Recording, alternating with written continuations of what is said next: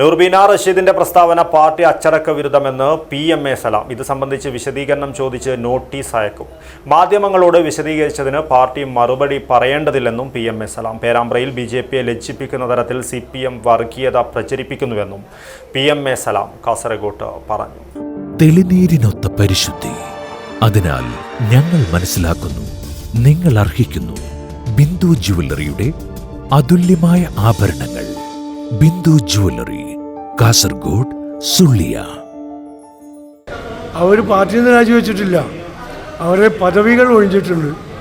അതിന് ബഹുമാനപ്പെട്ട തങ്ങളുടെ സ്ഥാനാർത്ഥി നിർണ്ണയമാണ് അവർ കാരണമായിട്ട് പറയുന്നത്. അത് ഇത്തരം പാർട്ടി തീരുമാനങ്ങളിലും നിലപാടുകളിലും പരസ്യമായി പ്രതികരണം ഇതുപോലെ നടത്തുന്നത് അച്ചടക്ക ലംഘനമാണ്. അതുകൊണ്ട് ആ അച്ചടക്ക ലംഘനത്തിന് നടപടിയെടുക്കാതിരിക്കാൻ കാരണം ചോദിച്ചുകൊണ്ട് അവർക്ക് വിശദീകരണം നോട്ടീസ് അയക്കാൻ ദേശീയ കമ്മിറ്റി തീരുമാനിച്ചതായി സംസ്ഥാന മുസ്ലിം ലീഗ് കമ്മിറ്റി അറിയിച്ചിട്ടുണ്ട്. വിശദീകരണത്തിൻ്റെ അടിസ്ഥാനത്തിൽ എന്ത് വേണം എന്ന് പാർട്ടി തീരുമാനിക്കും. ഞങ്ങളെ പാർട്ടി ഒരു തീരുമാനമെടുത്താൽ ആ തീരുമാനമാണ് എല്ലാ പാർട്ടിക്കാരുടെയും നിലപാട്. 10-25 ലക്ഷം മെമ്പർഷിപ്പുള്ള അംഗങ്ങളുള്ള ഒരു പാർട്ടിയല്ലേ ഇത്. ഈ ഒരാളല്ലാതെ വേറെ ആരെങ്കിലും പറഞ്ഞോ? അപ്പം അതുകൊണ്ട് അതുമെല്ലാം ചായക്കോപ്പയിലെ കൊടുങ്കാറ്റ് മാത്രമാണ്. നൂർബീന തെറ്റുകൾ തിരിച്ചു വരും എന്ന് തന്നെയാണ് ഞങ്ങളുടെ വിശ്വാസം. ഇല്ലെങ്കിൽ വിശദീകരണ നോട്ടീസിൻ്റെ അടിസ്ഥാനത്തിൽ പാർട്ടി നിലപാട് സ്വീകരിക്കും.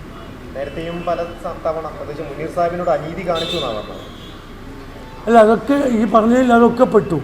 എന്തൊക്കെ അവർ പറഞ്ഞോ അതിനൊക്കെ വിശദീകരണം ആവശ്യപ്പെടും. അതിൻ്റെ വിശദീകരണ രീതി അനുസരിച്ച് ഞങ്ങൾ പാർട്ടി നിലപാട് സ്വീകരിക്കും.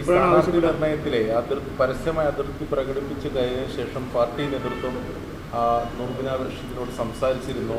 ആ പ്രശ്നം അല്ലെങ്കിൽ ആ അതിർത്തി പരിഹരിക്കുന്നതിന് വേണ്ടി ഇടപെടൽ നടത്തിയിരുന്നു. അല്ല, അവർ ഞങ്ങളോട് അതിർത്തി പറഞ്ഞാലല്ലേ ഞങ്ങൾ സംസാരിക്കുക.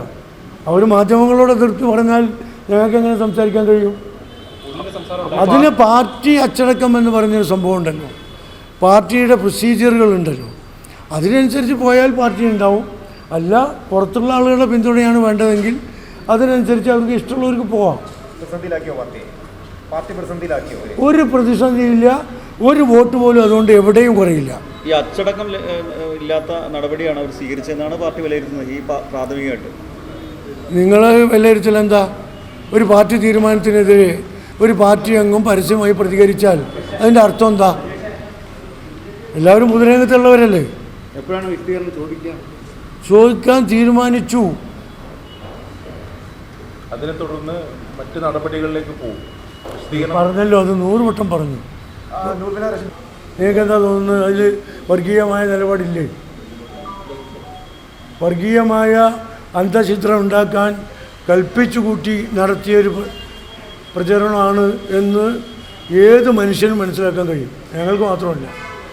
നേരത്തെ വടകരയിൽ ഷാഫിക്കെതിരെ കാഫർ സ്ക്രീൻ പ്രിൻ്റ് വന്നത് ഇതുപോലെയാണ്. ഇത് പരാജയം തൊട്ട് മുമ്പിലെത്തുമ്പോൾ ഇവർ കാണിക്കുന്ന ഒരു കളിയാണ്. സത്യത്തിൽ BJPയേക്കാളും വർഗീയത ആളിക്കത്തിച്ച് 4 സീറ്റ് 3 വോട്ട് കൂട്ടാനുള്ള ശ്രമം മാർക്സിസ്റ്റ് പാർട്ടി ജന്മനാ കൊണ്ടു നടക്കുകയാണ്.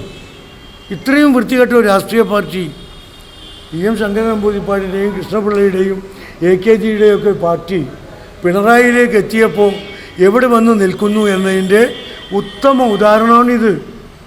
ഇത് കേരളത്തിലെ ഏതൊരു മനുഷ്യനും മനസ്സിലാകും. ഇതിൻ്റെ ഞങ്ങൾ നിയമപരമായി നേരിടാൻ പരാതി കൊടുത്തിട്ടുണ്ട്, മറ്റ് നിയമപരമായ കാര്യങ്ങളിലേക്ക് പോകുന്നുണ്ട്.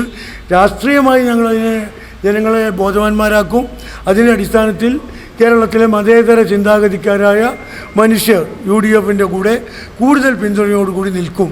അതിനുള്ള ഒരു കാരണം കൂടിയാണിത്. വടകരയിൽ പാർലമെൻറ്റ് തെരഞ്ഞെടുപ്പിൽ സംഭവിച്ചതിനേക്കാൾ വലിയ ഭൂരിപക്ഷത്തിന് ഇത്തരം ഈ മണ്ഡലങ്ങളിലൊക്കെ ഞങ്ങൾ വിജയിക്കും.